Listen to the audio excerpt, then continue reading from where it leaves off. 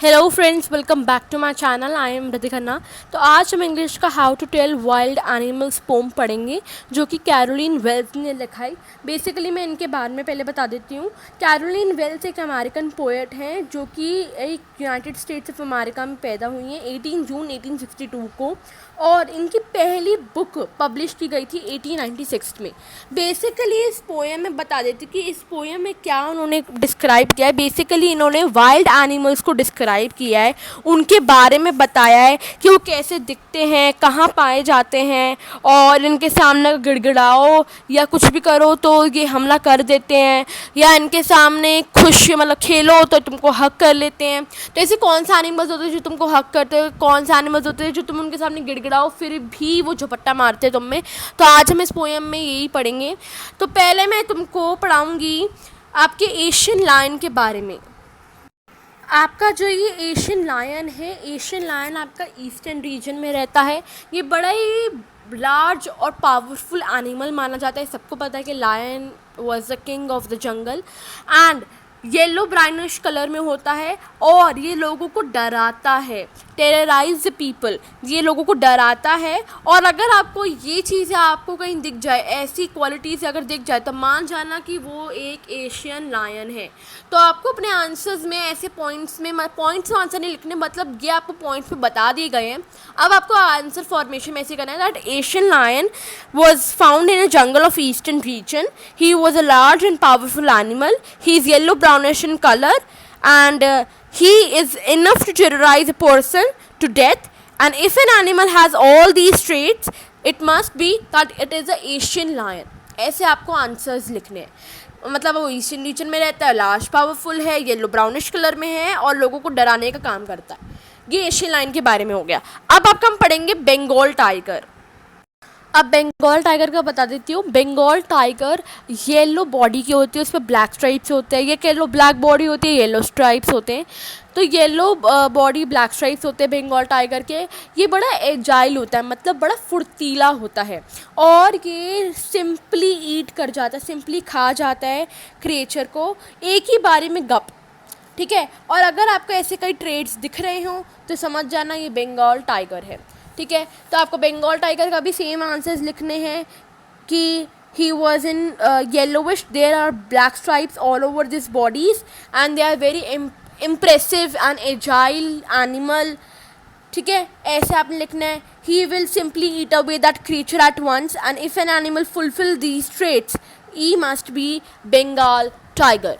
ऐसे आपको अपना आंसर लिखना है। ये पॉइंट्स में मैंने बता दी, फॉर्मेशन आपको ऐसे बनानी है, सेम सारे ऐसे ही होगा। अब मैं आपको बताऊंगी लेपर्ड का। अब लेपर्ड का क्या है? लेपर्ड एक एजाइल, ये भी एक एजाइल एनिमल है, फुर्तीला एनिमल है। ये हर वक्त रेडी रहता है अपने शिकार को शिकार करने के लिए, और इसकी बॉडी एकदम डार्क स्पॉट्स से भरी हुई होती है, दाग धब्बों से भरी होती है। और आप इसके अगर सामने आ गए और इसके सामने गिड़गिड़ाए, रोए, तो कोई फ़ायदा नहीं है। There will be no use of crying with pain, because they will या ही विल शो नो मेर्सी। कोई भी आपको सिंपैथी नहीं दिखाएगा जी वो बच्चा रो रहा है तो मैं भाग जाता हूँ। वो शिकार करेगा, वो तुम पे कूद जाएगा शिकार करने के लिए, तो आपको कोई रोने की उसके सामने ज़रूरत नहीं है। ठीक है। तो आप अगर उसके सामने जाएंगे, अगर रोएंगे, तो कोई फ़ायदा नहीं होगा। और अगर आप में से कोई ट्रेट्स दिख रहे हो तो समझ जाना ये क्या है, एक लेपर्ड है।